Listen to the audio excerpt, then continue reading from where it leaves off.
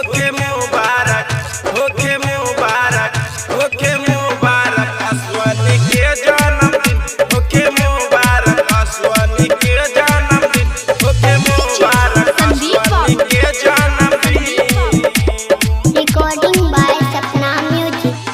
अभिषेक संकीर्ण के बारे निशानी कला सब लोग आज मिली मन मानी, होके मुबारक अश्वनी के जन्मदिन।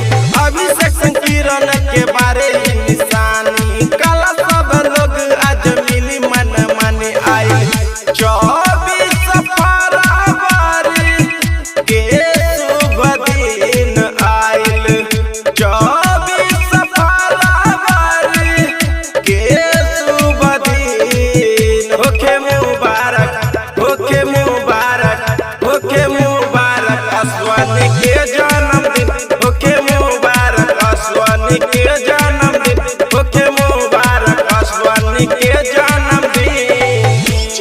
संदीप होके मुबारक, होके मुबारक, होके मुबारक, होके मुबारक अश्वनी के जन्मदिन, होके मुबारक अश्वनी के जन्मदिन, होके मुबारक अश्वनी के जन्मदिन।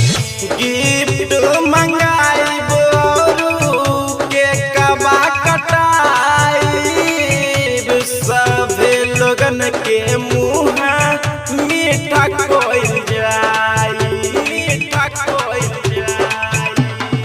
एहो गिफ्ट मंगाइब औरू के कबा कटाइब, सभे लोगन के मुँह मीठा कोइल जाई।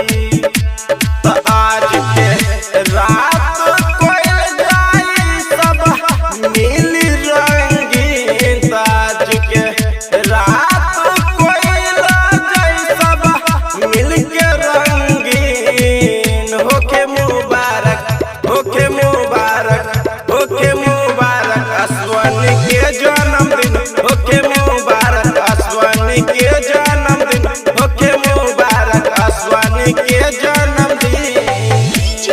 संदीप होके मुबारक, होके मुबारक, होके मुबारक, होके मुबारक अश्वनी के जन्मदिन, होके मुबारक अश्वनी के जन्मदिन, होके मुबारक अश्वनी के जन्मदिन।